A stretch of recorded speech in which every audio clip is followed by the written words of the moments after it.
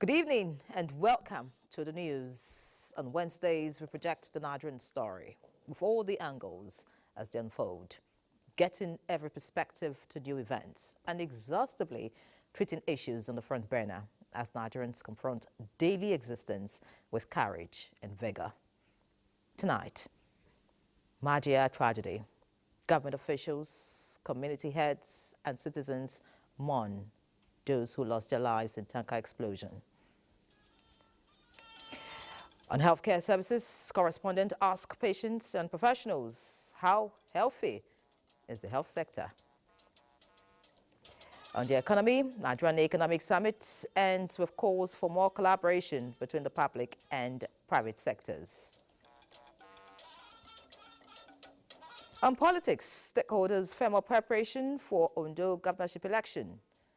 Tonight, we have two candidates ready to meet the people. We also have more on business with Benny Adams. Justice Badi Adeleye is awaiting CAF verdicts over the AFCON qualifier that could not be prosecuted in Libya. As we say on this bit, the proof of the pudding is in the eating. I'm Ian Ray John, and this is News Extra. Welcome.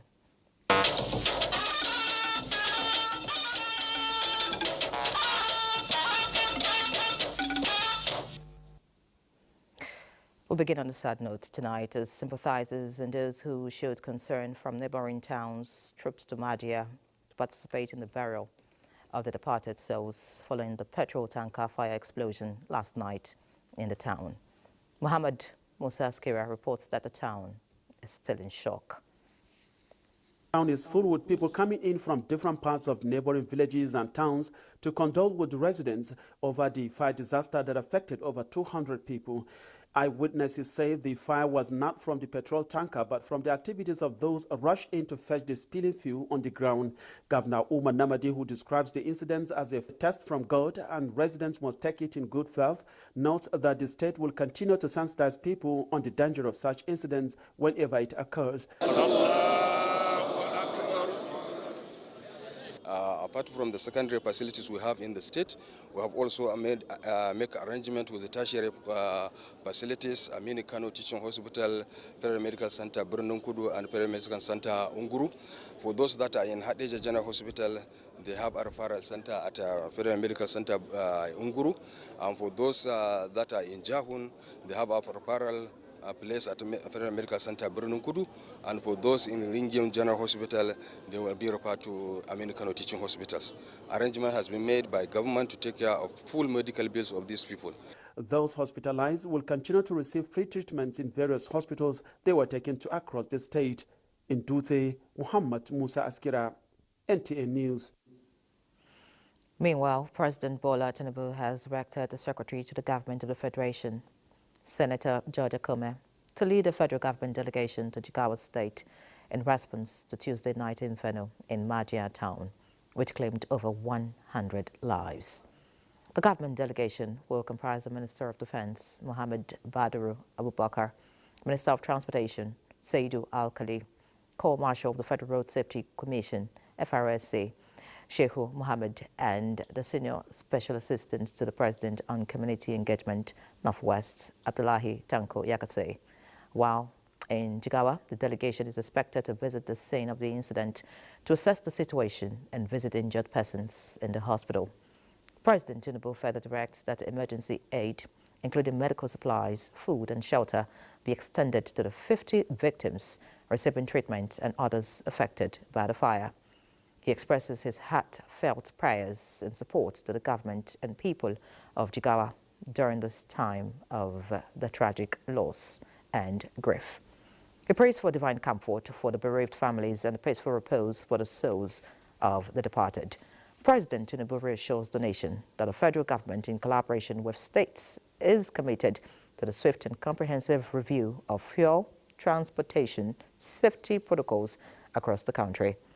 In a statement by the Presidential Advisor on Information Strategy, Bayo Onanuga, the President restates his directive to the Federal Road Safety Corps to strengthen night travel measures, such as increased patrols, stricter enforcement of safety regulations, and other highway safety mechanisms. Similarly, in the wake of a tanker explosion in Jigawa State that claimed more than 100 lives. Vice President Kashim Shettima has announced immediate federal government intervention and called for a comprehensive review of fuel transportation safety protocols across Nigeria. The Vice President, on behalf of President Bola Tinubu, expressed particular sorrow for the families who lost loved ones in this tragic incident and prayed that Almighty God grants them the fortitude to bear the loss. The tragedy, which occurred in Madia, has thrown the entire nation in grief. Vice President has directed the immediate deployment of the National Emergency Management Agency personnel and resources to Jigawa State. He commended first responders and medical personnel for their tireless efforts, stating their dedication exemplifies the best of the nation's spirit.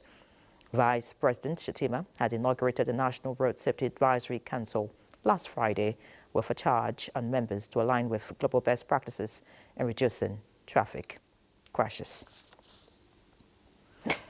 In the same vein, the Senate has urged authorities to assist victims of Tuesday night's tanker explosion in Madia, Taura local government area of Jigawa State. The issue raised as a matter of urgent public importance by Senator Babangida Hussaini drew the sympathy of legislators as they expressed sadness over the death of more than 100 persons. National Assembly correspondent Lami Ali brings us details. The tragic incident in Jigawa was the first matter for consideration at plenary Wednesday. This catastrophic inferno occurred around 10 p.m. when the residents of the area trooped out en masse to the accident scene to scoop fuel from the ill-fated tanker. This has happened in Lagos, it has happened in Ikeja, it has happened in my community in Akwa Ibom State before, and a lot of the burns were first-class burns. So here, over 100 people have been burned to death. I want to also pray that those in hospitals will also survive. Senate mourned the victims and those bereaved and suggested intensified awareness by authorities to prevent such occurrence in the future. Senate passed for second reading 3 bills seeking the establishment of educational institutions. Federal University of Medicine and Medical Science, Kogi State. Federal College of Education, special in Karaye local government, Kano State. Federal University of Education, special, Oyo State. 21 appointees of President Tinubu as commissioners of the Revenue Mobilization, Allocation and Fiscal Commission were also confirmed during plenary. From the National Assembly, Lami Ali, NTA News. And still in low spirit, the Nigeria Governors Forum, NGF, has condoled with the government of Jigawa State, families that lost their loved ones and those who sustained injuries in the Tuesday petrol tanker explosion in Madia town in Jigawa State. The NGF says the reported circumstances of the incident are worrisome, urging citizens to avoid taking advantage of petrol spills because of its volatility and danger. The forum calls for improved safety protocols in the handling of combustible materials such as petrol. Also, Nigeria's First Lady, Oluremi Tinubu, commiserates with the Governor of Jigawa State, Malam Umar Namadi, and the people of the state over the unfortunate tanker explosion which left many dead and injured. In a statement, she describes the tragic incident which occurred earlier yesterday as unfortunate, praying for victims, families and loved ones of the departed souls the fortitude to bear the painful loss and speedy recovery to the injured. And still talking about the incident in Jigawa State, the former President Muhammadu Buhari has expressed his sympathy over the death of dozens of people and a dozen others injured from oil tanker explosion that occurred in Jigawa State. The former president described the mishap as painful.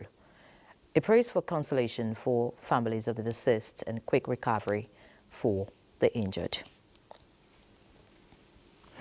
Following the tragic occurrence in Jigawa State, the federal government announced immediate intervention for the victims. And we have joining us now to tell us more about these interventions and the situation in Madia, the Director General of NEMA, Zubeida Omar.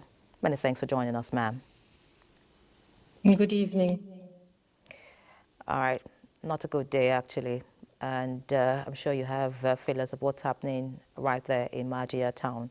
Could you let us know what intervention is on ground and what reports are you receiving from your men at the moment? Yes, so what happened today is really tragic and quite unfortunate. And like you said earlier on, is as a result of the tanker that was carrying the petrol that tipped over. And unfortunately, residents ran out to try and scoop some of the oil off the streets and where the oil had already spilled into. Unfortunately, this inferno not only affected the scoopers, but also passers-by and onlookers. Earlier on, our men were on ground to be, they were all part of the evacuation. And at the mass, we had a mass burial, and about 147 bodies were unfortunately found. And there are quite a lot of people on admission right now. As a couple of hours ago, we had some that had been referred to the Aminu Kano Teaching Hospital, while there were some at the Dala Orthopedic Hospital. Similarly, some are at Birnin Kudu and Azare, Unguru, and also the Hadejia General Hospital. In terms of what we're doing, we've been on ground from when this event happened yesterday night, and we're still out there trying to see how we can assist. We're also present at some of the hospitals that these injured ones have been taken to, and the federal government has assured and given us directives as well that will ensure everybody is able to get the medical treatment they require. Similarly, the state government has been very active. As you know, Jigawa just finished reeling from a serious case of flooding, and now we're on to this. Very sad one. Now, what is being done to clear out the area to ensure the environment does not pose further danger to residents in the area? Yes, right now all hands are on deck. It's not even the DRUs, military, road safety, everybody is there, and cleaning has commenced in earnest. And we will ensure that everything is done according to safety protocols so that no one is affected. And also would like to also advise further that we should always try to adhere to safety protocols, especially when traveling at night. All right, before we let you go, are there any rehabilitation plans for the survivors and the area directly impacted? Yes, absolutely. The first rehabilitation plan now is them being in hospital. Like I said, the state government as well has been up and about, and will do a needs assessment immediately they're out of critical situation, and everything that needs to be done will be done. Thank you very much, the DG NEMA, Zubeida Omar, for Thank joining you us. And of very much. course, we Thank hope you. that you do the needful Thank you. out there. Thank you very much. All right. Meanwhile, the National Emergency Management Agency, NEMA, has deployed emergency response team to Kogi State following flood incidents in some communities in the state. The team comprises staff with specialization in search and rescue operation to provide technical support to the Kogi State Emergency Management Agency, SEMA, and other stakeholders in conducting rescue and evacuation operations, including assessments in the affected communities. The DG NEMA says the agency has also deployed mobile water purification equipment to help in providing emergency potable water for the impacted families. Meanwhile, NEMA recently had alerted states of Adamawa, Taraba, Benue, Nasarawa, Kogi, Edo, Delta, Anambra, Bayelsa, Cross River, Rivers and Kwara states identified to be at risk of flooding to be prepared ahead of any eventuality. To other news now.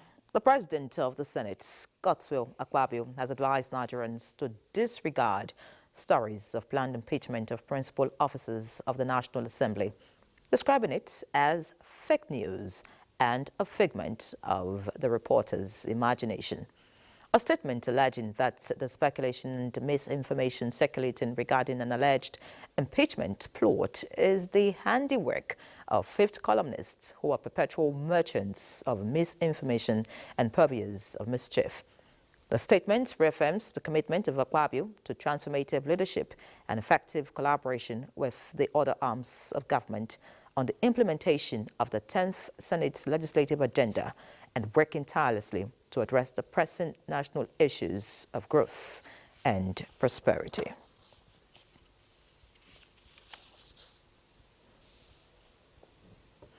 Another news, Vice President Kashim Shettima has departed Abuja for Sweden on a 2-day visit to represent Nigeria in bilateral engagements with the Scandinavian nation. In a statement by the Senior Special Assistant to the President on Media and Communications, Office of the Vice President, Stanley Kwacha, said this is at the instance of President Bola Tinubu. During the working visit, the Vice President will engage in high-level bilateral talks with key government officials, including a meeting with Crown Prince Victoria of Sweden and the Swedish Prime Minister. Shettima will use the visit to explore opportunities for strengthened collaboration between Nigeria and Sweden in areas such as ICT, innovation, education, digitalization, sustainable transport, mining, and agriculture. The Vice President will also meet with Norsken, a Stockholm-based venture capital impact investor, which recently launched Norsken 22, a $205 million tech investment fund for Africa. While in Sweden, Shettima is also expected to articulate Nigeria's economic vision and the reforms being undertaken by the administration to create a business-friendly environment in Nigeria for investors. The Vice President is expected back in the country on Saturday. And still from the presidency, it has emphasized that the President and Vice President are fully engaged with the nation's affairs, even while they are away, stating that there is no leadership vacuum in the country. Providing explanations to the inquiry as per who is in charge of the country and the absence of the President and Vice President. A statement by the Special Advisor to the President on Information and Strategy, Bayo Onanuga, indicates that President Tinubu left the country on 3rd October and is on a 2-week working vacation. During this time, the President has been busy issuing directives on matters of state and will soon return to the country before the vacation officially expires. The statement also says the Vice President departed the country Wednesday for Sweden on an official visit, and all state organs are functioning as usual. The Senate President, Secretary to the Government of the Federation, ministers and service chiefs are all in their respective positions, ensuring the smooth operation of the government. The statement further explains that the nation has witnessed a similar situation between late April and early May this year and sometime in 2022, when former President Buhari and former Vice President Oshibajo were out of the country simultaneously. If you just joined us, this is News Extra. More to come after the break. Stay with us. Glad to have you back. The federal government delegation, led by the Minister of Information and National Orientation, has met with the organized labor over key issues of national interest. The Minister of Information and National Orientation, Mohammed Idris, explains the closed-door discussions held at the office of the SGF as a proactive initiative to continue interaction with major stakeholders to ensure no issue of national importance is left unattended to. Engagement with labor for the good of the country. You know that labor is an important component of this country. All of them are our brothers and sisters. Government is there for everyone, including labor. NLC President Joe Ajero, in company of other labor union representatives, declined comments, awaiting conclusion on issues at hand. Meanwhile, the Minister of Budget and National Planning, Abubakar Atiku Bagudu, who was part of the meeting, explains ongoing efforts towards addressing the current economic situation. By over 2%. In the close to 3%. In the second quarter, it went by 3.19%. Some people will say it sounds too slow, but let me give you how big that number is. Germany, which is wealthier than us, which have more resources to respond to any challenge, has declined by 0.3%. UK is struggling at minus 0.2%. Why is all this happening? Why are we not growing fast enough? Because that's what we need. We need to grow fast enough at a higher rate. That is why we are taking all the painful measures, so that we put Nigeria on a sustainable, inclusive, higher rate of growth. Expresses optimism that the nation is on the path to economic recovery. Let's look at electoral matters now, as the Independent National Electoral Commission, INEC, in Ondo State intensifies preparations for the November 16th governorship election, engaging stakeholders, training officers, and deploying new technology to ensure a credible and secure process. Tony Batire tells us more. The Independent National Electoral Commission, INEC, in Ondo State is engaging major stakeholders for a free, fair and credible governorship election on November 16th, highlighting the critical roles expected of them. The first group to be engaged were religious leaders and faith-based organizations, where the state's resident electoral commissioner, Oluwatoyin Babalola, urged them to sensitize their followers on the importance of peaceful and informed participation in the election. They are advocates of peace, and this engagement, we believe, will also contribute to the conduct of peaceful election.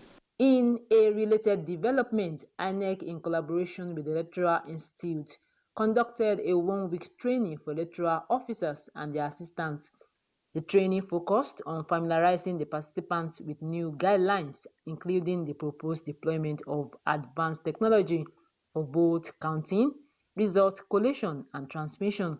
To intimate them on them, since the signing of the new Electoral Act, the processes and guidelines for the conduct of elections has also changed. Security personnel also participated in a 3-day workshop organized by INEC, aimed at equipping them with the skills to address potential threats. The training usually is to tell them or explain to them or give them inculcate knowledge, skills and competencies in them in respect of their role on election day.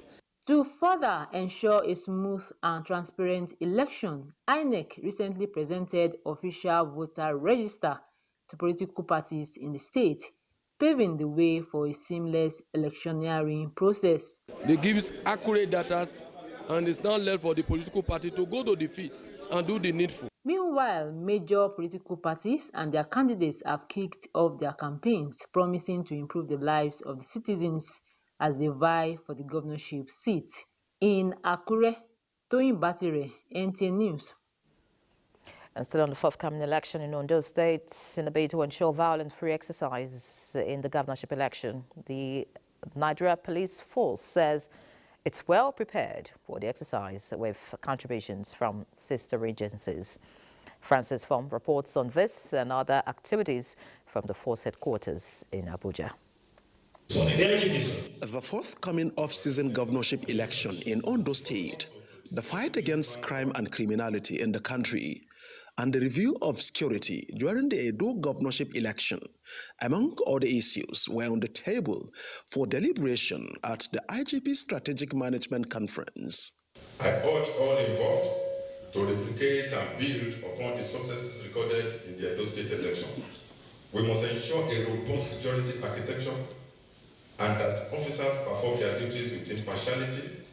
From July to October this year, the Nigerian Police Force successfully rescued 369 kidnapped victims, recovered 416 firearms of various makes, retrieved 178 vehicles, and 10,852 suspects were arrested across the country.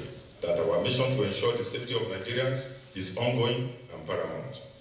We must continue to evolve, adapt, and strengthen our strategies to uphold our commitment to public safety.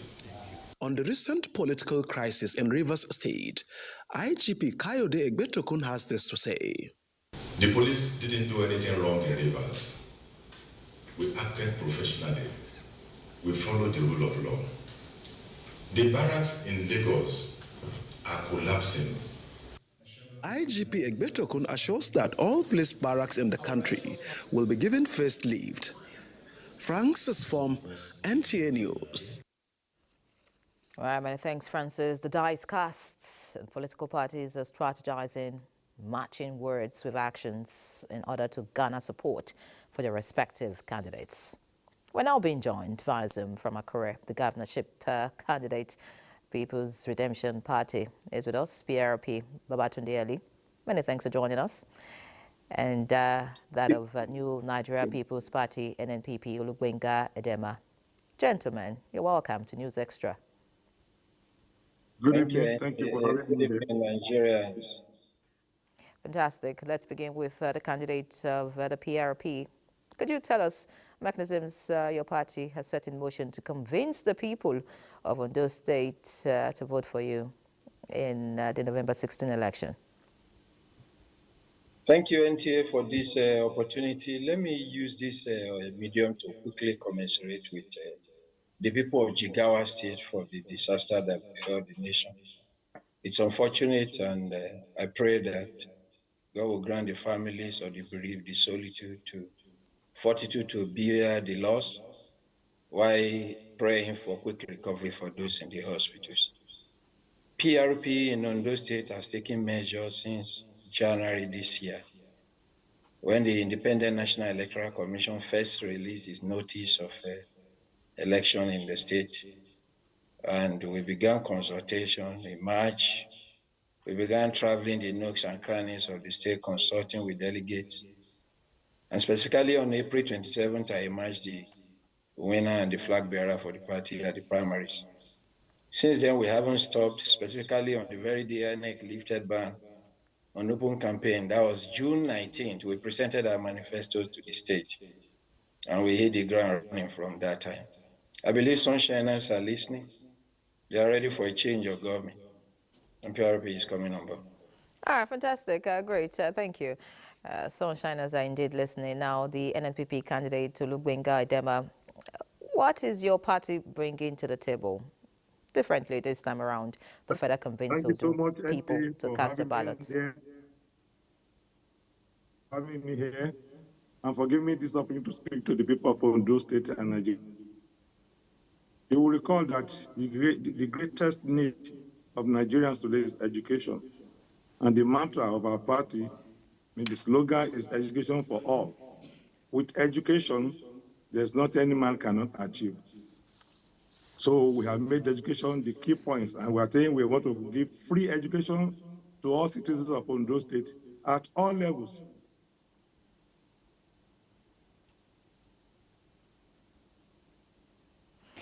Olubenga. Provide education. Yes. Can you hear me? You can go ahead. Quickly, please.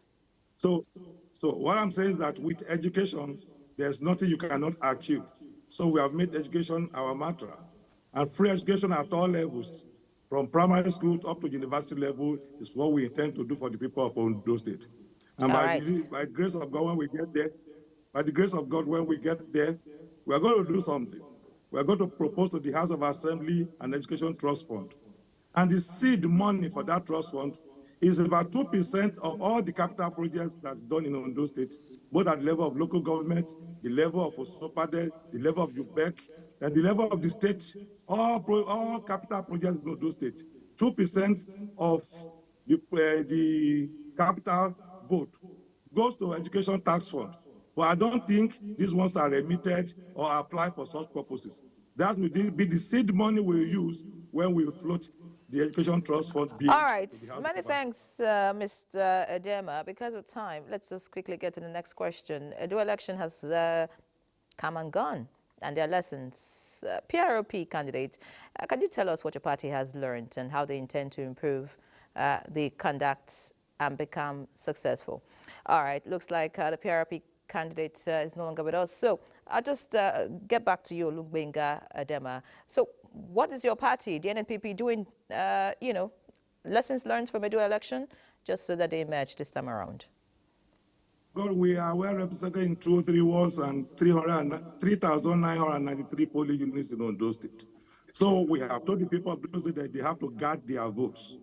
If you look at the Edo election, from what I perceived, the rigging that APC did was not done at the polling units. They were done mainly at the collation centers. Mr. Edema, you may not be allowed to make such comments because you do not have proof. So let's quickly get to the NNPP candidates, PRP candidate, who is back with us now. What are your concerns regarding some of the issues that sometimes, pose a challenge during the electoral process?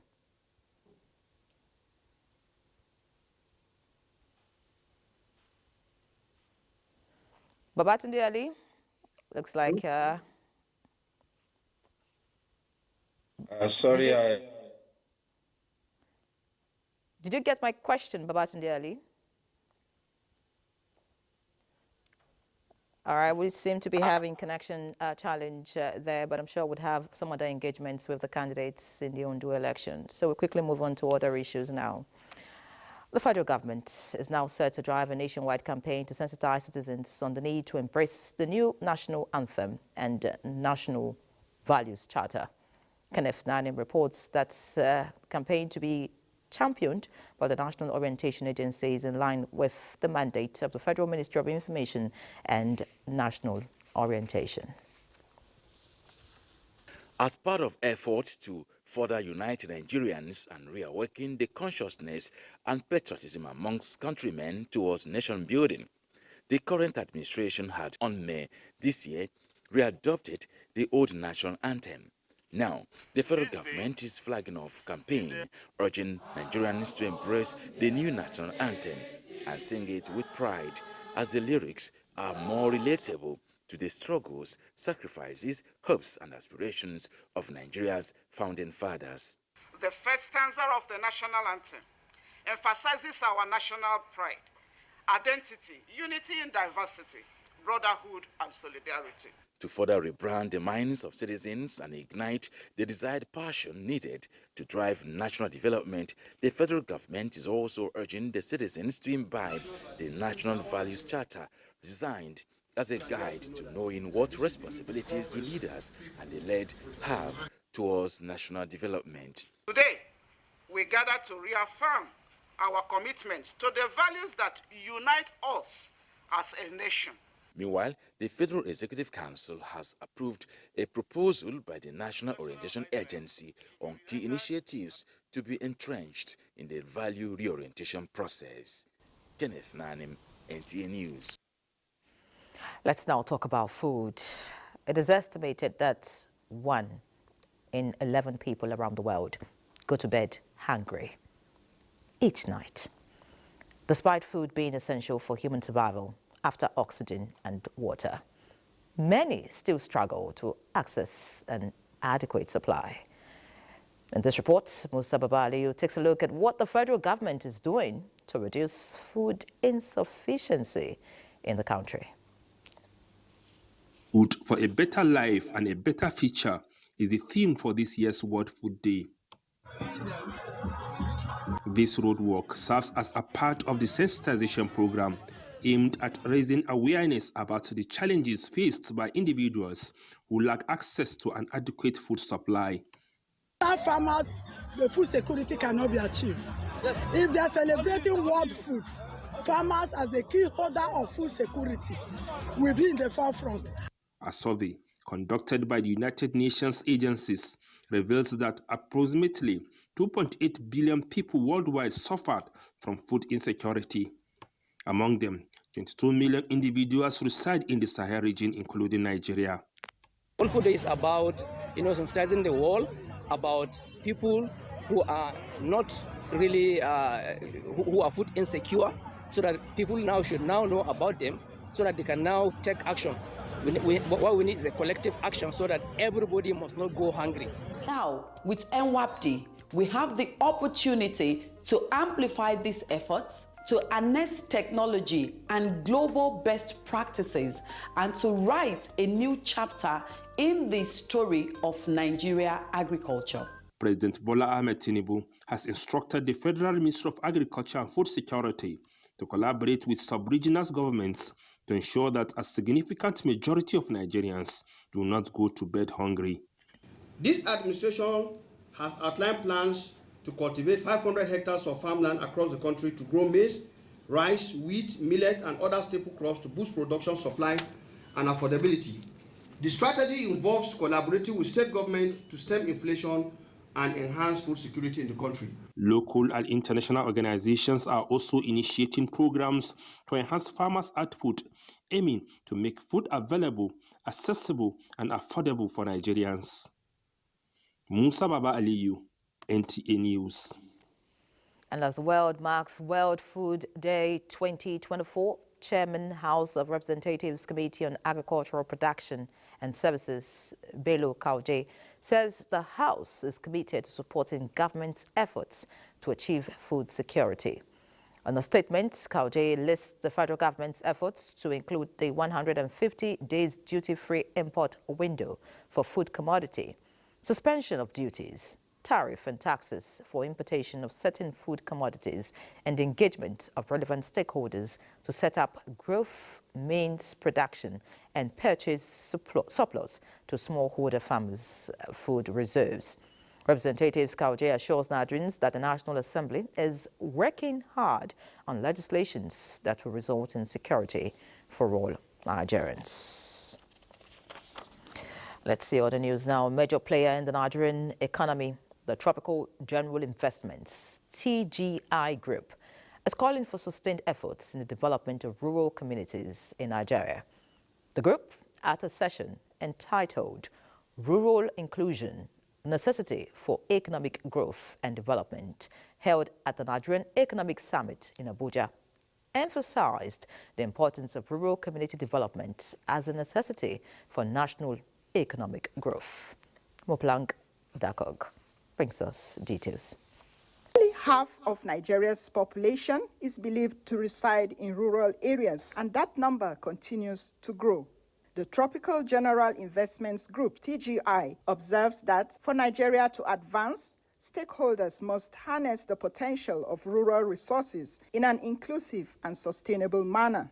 Minister of Budget and Economic Planning, Abubakar Bagudu, alongside other discussants at this session, provided their perspectives on how rural inclusion can be a transformative force. The ability to support them has remarkably increased because technology has now made it possible for extension services for information. Development happens as the grassroots. So we are collaborating, co-creating with subnationals. For instance, the governors of Katsina and Niger State, they have committed a minimum of 25,000 hectares of land.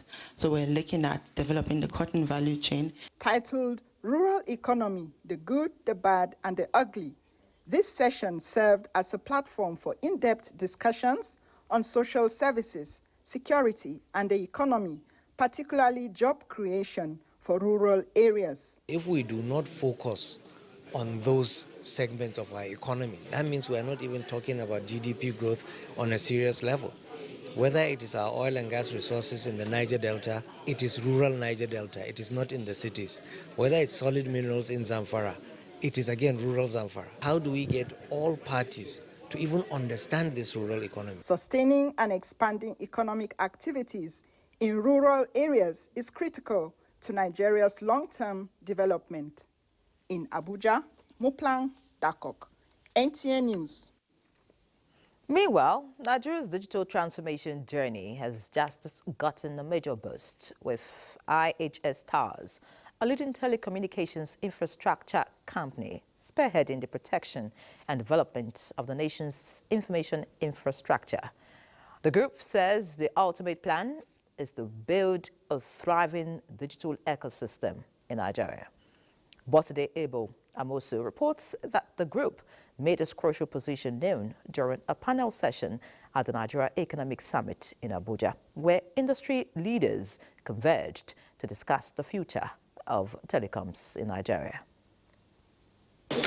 The essence of this panel discussion derives from the need for Nigeria to protect critical ICT networks and key infrastructure. This aligns with the official gazette recently signed by the federal government tagged Designation and Protection of Critical National Information Infrastructure Order 2024. The presidential order is to protect and ensure the effective functioning of ICT systems, networks, and infrastructure, which are critical to driving national imperatives, economic development, among others. This is the reason IHS Nigeria Tower of Strength and other industry players are having this critical conversation. Our infrastructure powers the digital economy, advancing access to healthcare, education, financial inclusion, and other critical sectors of the economy.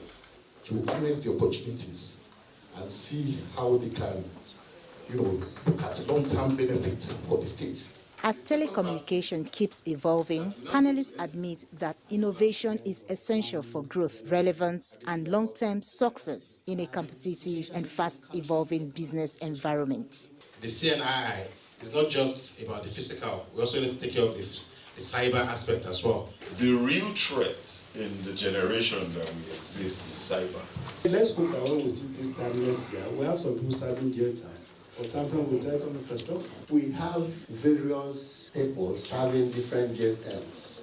The breakout session emphasized the importance of preserving Nigeria's telecommunications infrastructure while creating an ecosystem that nurtures creativity, encourages experimentation, and continuously pushes the boundaries of what's possible. In Abuja, Bosede Abel Amosu, NTA News. Another break is due at this point. Please remain tuned.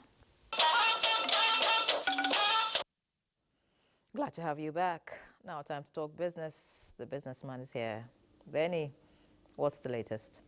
So much in the world of business, and now rising from a 3-day conversation around collaborative action for growth, competitiveness, and stability at the 30th edition of the Nigerian Economic Summit, stakeholders recommend way forward. Now let's take a listen to some of the recommendations put forward.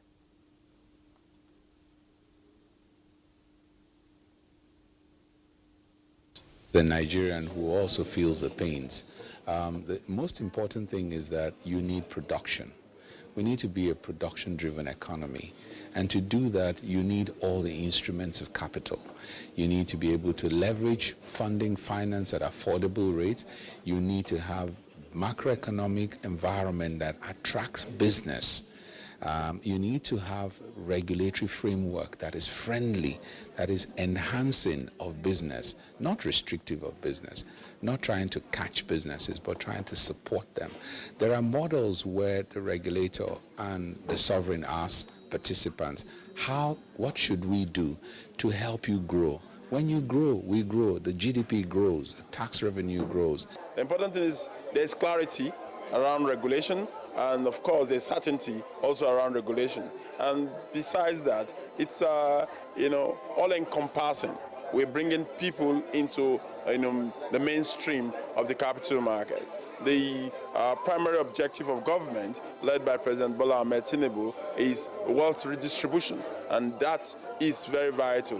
For us at the SEC is to provide that enabling environment, the enabling legal framework to achieving that specifically for Nigerian youth. Action and execution now requires political authorization from the top, at the level of the president, at the state, at the level of the governors, at local, at the level of chairmen, and from the private sector at the level of boards and CEOs to get the work going. And I'm hugely enthused today here to be at the Economic Forum, because we can only do this together with partners, including with the private sector that is in the capillaries of society, with your employees, with customers that buy your products, and how you produce, what you produce, and how accessible they are in terms of pricing is absolutely crucial for child well-being as well as for community well-being.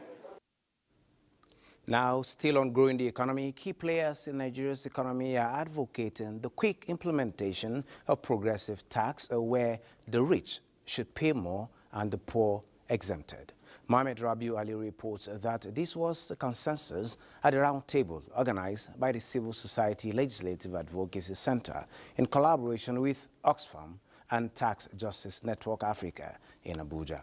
10% of the super rich avoid paying their share of taxes. I mean, this is scandalous. All the people that you think they should be at the forefront of paying their taxes, they are not paying.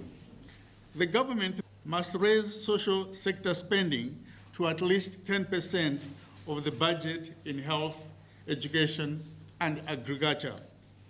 2, implement progressive taxation. Establish a wealth tax targeting high net worth individuals. Inequalities are rising everywhere in West Africa and in Africa, unfortunately, including in Nigeria. But when we see the budgets spent on social services, on basic rights of women, children, and the most vulnerable people, it's even more alarming. Now taking a look at the Nigerian stock market. At this point, investors lost 148.06 billion naira as the BS rebound, snapping 3 consecutive sessions of gains driven by sell-offs in some stocks. We can see despite that depreciation of 0.25%, we have the market capitalization rising to 59.5 trillion as against about 26 trillion as of yesterday, valued at 8.993 billion naira and a total of 7,776 deals. We can see in terms of volume is 257.5 million, getting to the fact that the all share index also appreciated by 98,991.53 basis points. And now to the trade, the top trade for the day. We're taking a look at Fidelity Bank is standing at the top spot with 38.2 million. We have UBA at 33.7 million and Guarantee Co at 16.7 million. Well, that is it on business. Inyere, is over to you. You can take it from here. Thanks, Benny, for those numbers. Let's see other news now. As Nigeria Communications Satellite Limited says, with the increasing demand for reliable communication infrastructure, NIGCOMSAT aims to leverage its advanced satellite technology to support sectors such as agriculture, healthcare, and education by providing robust connectivity to drive efficiency and innovation. Chief Executive Officer, Nigerian Communications Satellite Limited, NIGCOMSAT, Jane Egerton Idenhe, highlighted this at a press engagement to unveil 2024 Nigerian Satellite Week in Abuja. Olusheye Adiagbo has all the details.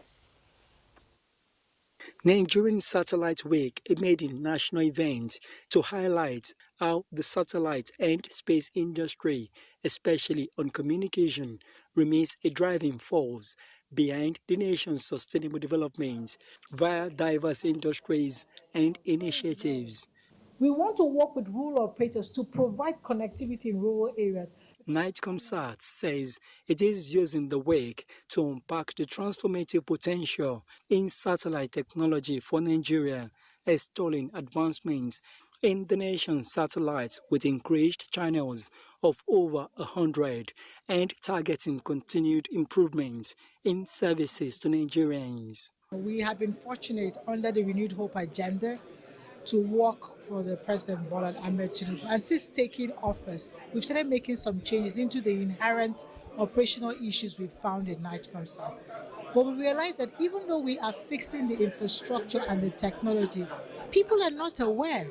That's one of the big challenges we face, awareness of the nation's asset and what that asset can do.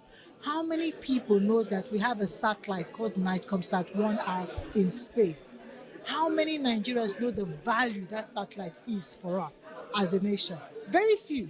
There's a lot of new innovation going on in the satellite industry. People are beginning to weaponize satellite technology. We are assuring Nigerians that one, our satellite technology is going to be one of the best that will protect you, your integrity, your data, and then we can leverage on our satellite technology to empower rural areas. The 2024 Nigerian Satellite Week is themed Empowering Nigeria's Future Through Space, announcing the Nigerian Satellite Week. In Abuja, Olusheye Adiagbo, NTA News. Now, the three-day conversation around collaborative action for growth, competitiveness and stability at the 30th edition of the Nigerian Economic Summit has come to a close. Maria Ado Zakari reports that Vice President Kashim Shettima promised better collaboration in the quest to achieving inclusive growth and development through pragmatic policies and actions. The convergence of regional and global leaders from government, business, civil society, the social sector and academia is aimed at addressing socio-economic challenges, improving economic competitiveness and identifying policies for inclusive growth and development. Having identified gaps that need bridging, key actors now agree on ways to forward the economy. I note with satisfaction that participation in the annual summit attract experts from diverse backgrounds and help deepen and broaden citizens' collaboration and ownership in formulating government policies. The World Bank's Vice President and Chief Economist, Indermit Gill, urged the Nigerian government to remain committed to its ongoing economic reforms. The government is rolling out a large-scale targeted temporary cash transfer program that has already reached between 4 and 5 million households. It should quickly extend this to 10 million households. Participants believe the 30th Nigerian Economic Summit has set the stage for continued dialogue and action towards a more prosperous and sustainable future for Nigeria. In Abuja, Maria Ado Zakari, NTA News. Elsewhere, the Minister of the Federal Capital Territory, Nyesom Wike, says the nation's capital is open for business as the administration has streamlined processes to ensure ease of doing business in the territory. The minister stated this at the maiden edition of the Abuja Business and Investment Summit. Onoze Yakubu reports. Creating an enabling environment for both local and foreign investors to thrive in the nation's capital is receiving priority attention, with infrastructure regarded as key to any successful investment. It is in the light of this that the FCT administration is prioritizing the development of routes, transportation networks, and utilities to ensure seamless connectivity within the territory. The FCT Minister Nyesom Wike says in no too distant time, the administration will be flagging off the construction of 9 major projects to enhance investment opportunities across the territory. Besides infrastructure security, we also focus on fostering innovation and entrepreneurship. We have launched several initiatives to empower small and medium-sized enterprises, which are the backbone of our economy. The safety of our investment is our top priority. We believe a safe and secure environment is fundamental for successful. The minister urges the investors to leverage on the investment opportunities that abound in the FCT, advising all to work towards generating jobs that will drive the economic growth of the territory, in line with President Bola Tinubu's renewed hope agenda. Onoze Yakubu, NTA News. When the name Apo Karshi pops up, what readily comes to mind is, when will the ongoing road project be completed? Now, this is because of its significance to the military public and other road users supplying the access as well as benefits to other residents.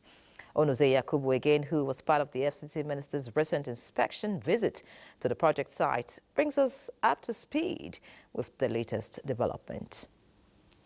The star of the Federal Capital Territory, Nyesom Wike, for the second time, has inspected the ongoing Apo Karshi Road project, expressing his reservations on the deadline set by the contracting firm for completion.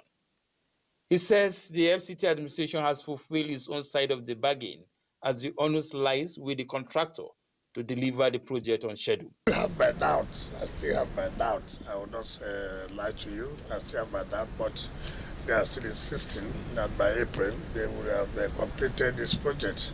My visit to the project site for an update report indicates that asphalt work from the Karshi end of the road has commenced, while sand fillings, rock blasting and stone-based laying on the other segment of the road are ongoing.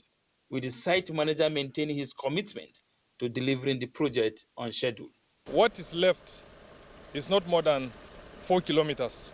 If there is no delay in any process at all, like he promised that day, then the 8 months is sacrosanct. What the residents want from the back and forth between the FCT minister and the contractor is the timely completion of the project within the 8 months deadline set by the contractor. That hill that is up there, they should try and carry it down to normal stage. For more than 10 years ago, we have been appealing for the construction of the Apple Kalishi Road. Until now, when the FCT Minister Yeson Wike is giving priority attention to it. Residents and road users are, however, optimistic that the ongoing 13.1 kilometer road, when delivered, will not only reduce traffic along the ever-busy Abuja-Nyanya Expressway, but will also boost economic activities of the area. Onoze Yakubu, NTA News. Let's pause from all the serious stuff now and have a bit of fun on the bulletin. And in the tributes to the wonders of Mambila Plateau, legendary Hausa music maestro Maman Shatta sang a song chronicling his desire to go up the hill. But for the fear of heights, his attempts were futile. Fulfilling the dreams of Maman Shatta, a blessed memory, NTA crew took on the Mambila, unleashing its wonders. Let's go on this tour with Abdullahi Mohammed.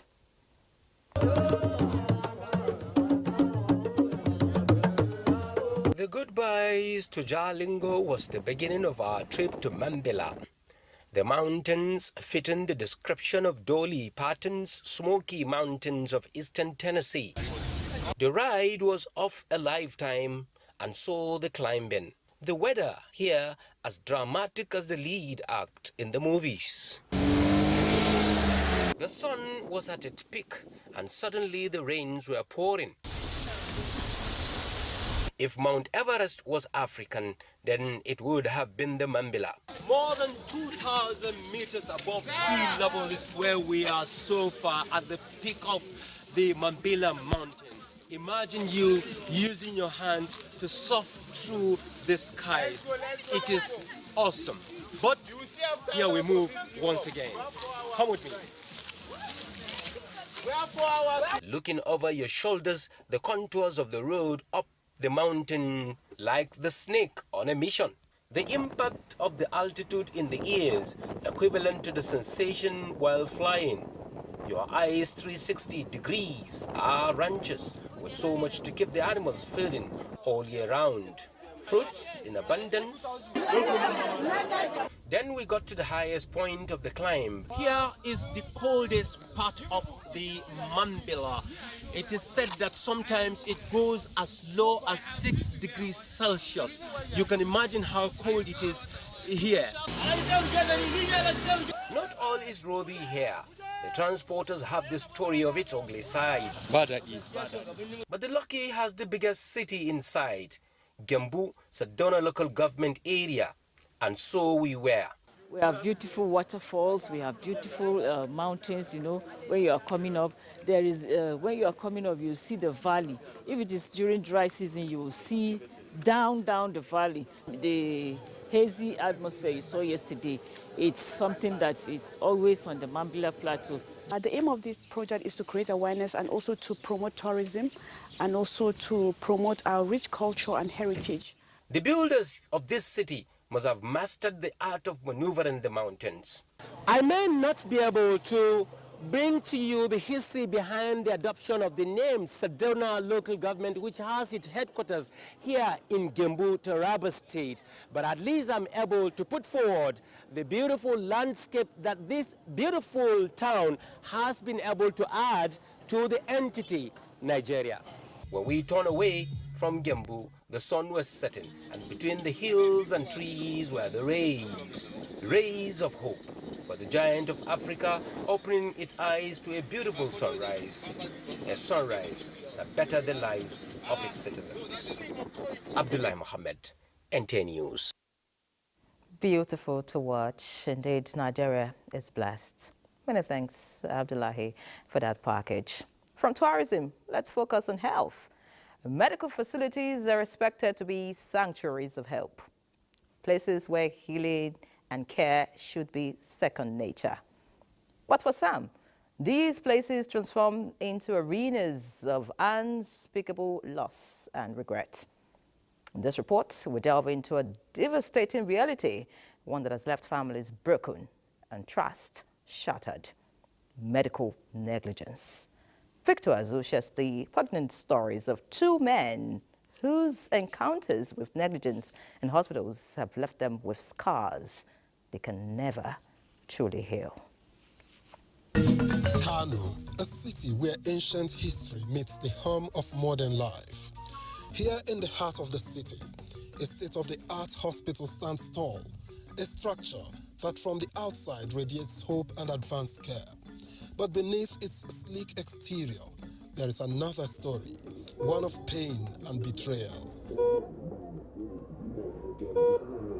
Inside its walls, the promise of healing has slipped away for some, leaving their families with only questions and grief.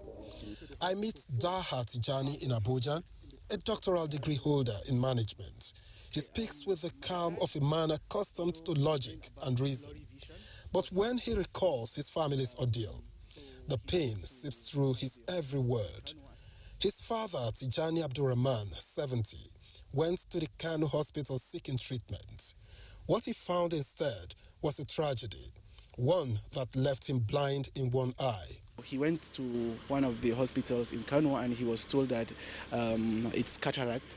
On the 1st of September, he went for this procedure and he was told after he had went into the theater that the procedure could not continue because of complications with anesthesia.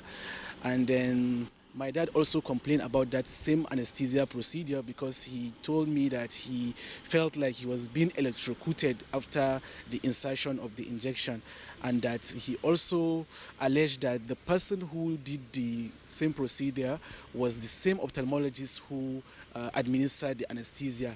It took them about 2 weeks to admit that my father has lost his eye, while they kept telling him that it is only because the pressure of the eye has elevated and that we should wait. When it subsides, they will continue with the procedure. And this isn't an isolated case. Mohammed Abubakar, 54, shares a similar fate. A stone injury at age 10 left him blind in one eye, and recent treatment failures at this same hospital has taken away his sight completely. They said I have cataract and they did operation for me. I realized that the little light I used to see with the eye is no longer there. That is when I complained to the doctor that saw me that I cannot see the light. Then he told me that he is sorry, that the chances of me seeing again is very tiny. Now he navigates life with the help of others, a man whose vision was stolen not once, but twice. Mohammed and Daha's stories raise a critical question. What is happening behind the closed doors of our healthcare facilities? A survey published by the Archives of Medicine and Health Sciences revealed a startling statistic. 42.8% of surveyed medical practitioners had faced accusations of malpractice. And globally, according to the World Health Organization, medical errors claim more than 2.6 million lives annually. Here in Nigeria, the numbers are sobering. 16% of patients experience adverse events, many leading to permanent disability or death. If you go forward to go and make a diagnosis when you don't have the requisite skills, the requisite knowledge, the requisite equipment, then you are negligent. Yet, for most victims, seeking justice remains elusive, where the scales of justice often weigh heavily against those in search of accountability. One is dearth of information. The second one is knowledge, absence of knowledge, absence of the fact that they have a right. And then the third one is the financial burden, the requisite resources that will enable them initiate the procedure for seeking and obtaining their rights. What happens when a doctor is found to have been negligent? At the Medical and Dental Council of Nigeria, I probe deeper into their role in holding erring professionals accountable. If the tribunal makes a verdict of guilty, the law gives them the authority to levy sanctions against them, which may be as high as ordering that the doctor's name be erased from the register, or the order that the doctor be suspended from practice for a period of time, not longer than 6 months, or the doctor is reprimanded. For many, like Mohammed and Daha's father, the deed is done and the trauma remains.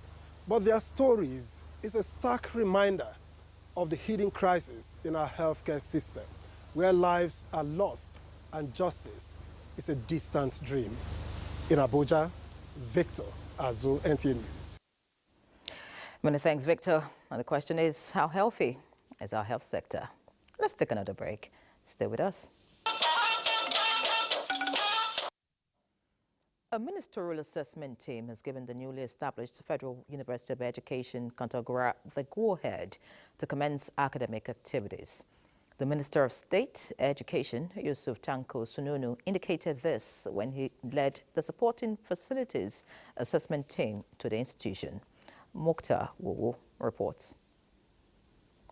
The joy of the prospective students for the newly established Federal University of Education, Kontagora, knew no bound as the Minister of State Education, Yusuf Tanko Sununu, led a ministerial assessment team to ascertain the level of facilities of the institution in preparedness for full commencement of academic activities as a university. We are good to go. The gap we have seen is not too worrisome to hinder successful academic activities. What we are going to do now, as soon as possible as we go, we'll put in machinery to fill in the gap. Those gaps that they identified during the exit brief, they were able to mention them to us for our immediate action. All stakeholders should go back to the drawing board and ensure that our children take advantage of the university.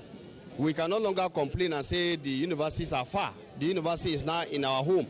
The upgrade of the Federal College of Education, Kontagora, to Federal University of Education, Kontagora, followed the passage of the bill sponsored by Senator Aliyu Sabi Abdullahi, who represented the Niger North Senatorial District at the 9th Assembly, and the subsequent assent by the former President Muhammadu Buhari. Earlier, the minister and his entourage had paid a royal visit to the Emir of Kontagora, Muhammadu Azbaro II, who conferred on the minister a traditional title of Sodengin Kontagora. Mukhtar Wu, NTA News. Time to take another break. Remain tuned. Thank you for staying with us. Let's have sports news now. We got Sbadi Adele with us. Sbadi. Many thanks, the area. All right, straight away, let's begin with the Nigeria under-17 girls who are currently taking on their counterparts from New Zealand. And of course, the match, which is in the second half now, started with the Flamingos getting, a goal as early as the first minute. And of course, Shakirat Moshood was the goal scorer. She opened scoring for Nigeria. And that was as early as the second minute, and the Coach Bankololo Okere girls pressed harder to increase their lead. 11 minutes later, they got their second goal through Taiwo Adegoke. And of course, Faridat Abdulwahab made it, 3 in the 20th minute. And we can tell you now that in the second half of the game, almost ending, like 30 minutes to go, it's now 4. And of course, Captain Taiwo Afolabi has been able to make it 4 for the Flamingos of Nigeria. It's really a trouncing, for the New Zealanders. All right, let's leave that now. We'll update you, on that later. Let's return home and talk about the Super Eagles of Nigeria. With the eyes and ears of the football world still on the botched AFCON qualifier between Libya and Nigeria, the Confederation of African Football Committee has begun investigations on the anomaly. CAF has officially sent a letter to the Libyan FA to respond to all the complaints filed by the Nigeria Football Federation against them, and they have up to the end of the week to respond to the letter. For now, no decision has been taken by CAF's competent bodies, and of course, they will meet next week. All right, let's quickly tell you about the Nigeria Premier Football League, because 5 matches were played today, and of course, this one. Rangers International Kano Pillars. It was Ahmed Musa that was the man of the show. He had a hand in all the 4 goals. He scored 1, and contributed to the remaining 3. They got a 4-3 away win over Rangers International, the reigning champions of the league. Lobby Stars and El Kanemi, they settled for a 2-2 draw. Kwara United were 3-0 winners over Sunshine Stars, with Nasarawa United and Abia Warriors. That one ended in favor of the home team, while the match between Enyimba International and Niger Tornadoes, ended 1-0. 5 more matches will be played on Thursday. Now, away from Nigeria, New England manager Thomas Tuchel is convinced he can push England to find a higher gear as it targets success at the 2026 World Cup. Tuchel spoke to the media for the first time today, following his appointment as England head coach on an 18-month contract from January 2025, with a sole focus on ending the nation's 60-year wait for a trophy in the United States of America. And my strive to push this group of players and to be part of this federation with such a strong record in the last tournaments, to push it over the line and to try to put a second star on the shirt.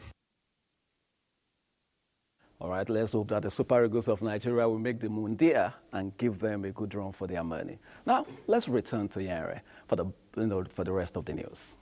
Well, thanks, Badi, for the update. Now, the chairman of the Northern States Governors Forum and Governor of Gombe State, Muhammadu Inuwa Yahaya, has condoled to Governor Umar Namadi and the people of Jigawa State over the tragic tanker explosion in Madia Town, Tara local government area, which claimed more than 100 lives and left many injured. The NSGF chairman, however, in commending Governor Umar Namadi for leading relief efforts, hailed efforts of Jigawa State's Emergency Management Agency in responding to the unfortunate event. He emphasized the need for implementation of stricter regulations governing fuel transportation and storage to minimize risk, hinting on the gains of cross-state collaboration in disaster management to enhance preparedness and response capabilities. And that's News Extra tonight. Many thanks for investing your time with us. Let's do this again next week. Me and Ray John, have a good night.